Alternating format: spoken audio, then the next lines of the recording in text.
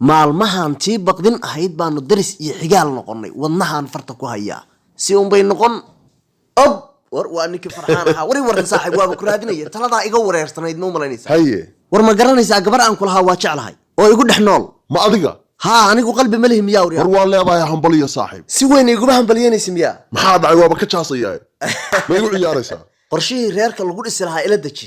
war see kuula dejiyaa wax walba waad iga qarisay war maxaan kaa qariyay wax walba halkaan ka dhaceen isla halkaana waan kugu sheegay maxaan kaa qariyay waayo waxa nagu dhagan ab war waa xaajiyadii qoftan gadaal malayga uga eg maxay ahayd siimanaha midba sadiir kaga haarufin doonta u egta kaalay adeer ku talax tagine laba kala darnaabaa midba kaar la soo baxay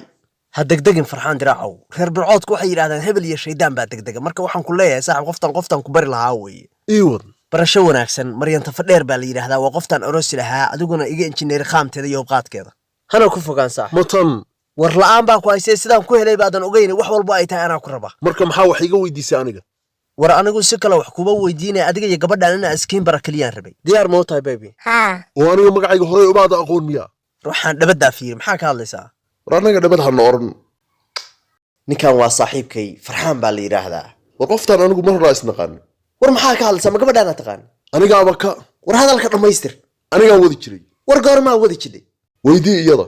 bow ma runtiisa ma waxba ii otaysa waa been waligay ma arag filimkaa gubaya iska tagaadeen arrimaa oydaa anaa ku dhali karaa inay akhatishid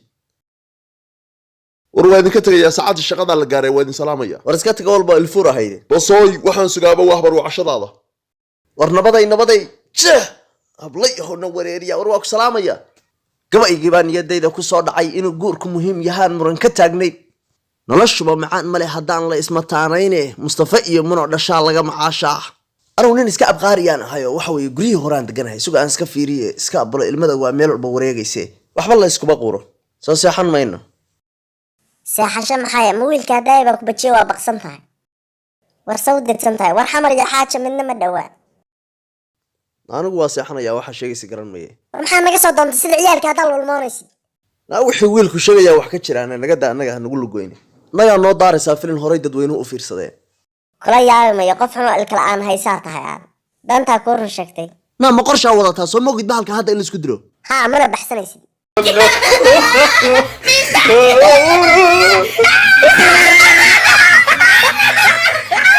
nahay rawixin naa iga foqaan raqdayda kaa fogayste maxaa iga jaraysaa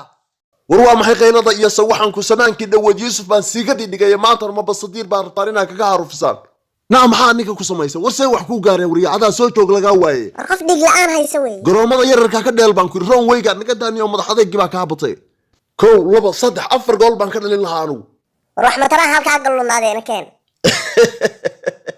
basadiirow nin hadduu guyaal jiro oo goodka ka ciroobo gundhugeeda xaajada inuu guriyo weeyaane goofaadhi laga guuray iyo gaabis lagu moodiyo bannaankaaga taagnow